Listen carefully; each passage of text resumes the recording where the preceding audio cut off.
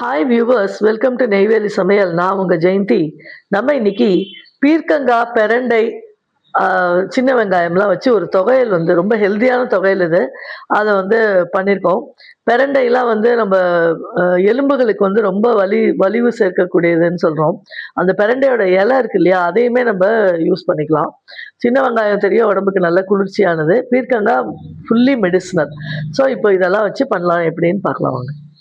So இந்த பீர்க்கங்காய் பீர்க்கங்காய் வந்து நல்ல கொஞ்சம் திக்கான தோலா இருந்ததுன்னா இது பண்ணலாம். நல்ல இலசு பீர்க்கங்காய் இருந்ததுன்னா தோலோடயே எடுத்துக்கலாம்.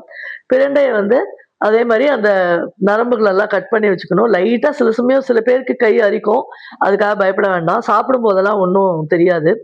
இது வந்து கிச்சன் கார்டனில் நாங்கள்லாம் வளர்த்துட்டு இருக்கோம். அப்பப்போ வேணுங்கிறச்ச அந்த நுனியில் இருக்கிற ஒரு ஸ்ட்ரீக்கை எடுத்துட்டோம்னா சரியா இருக்கும்.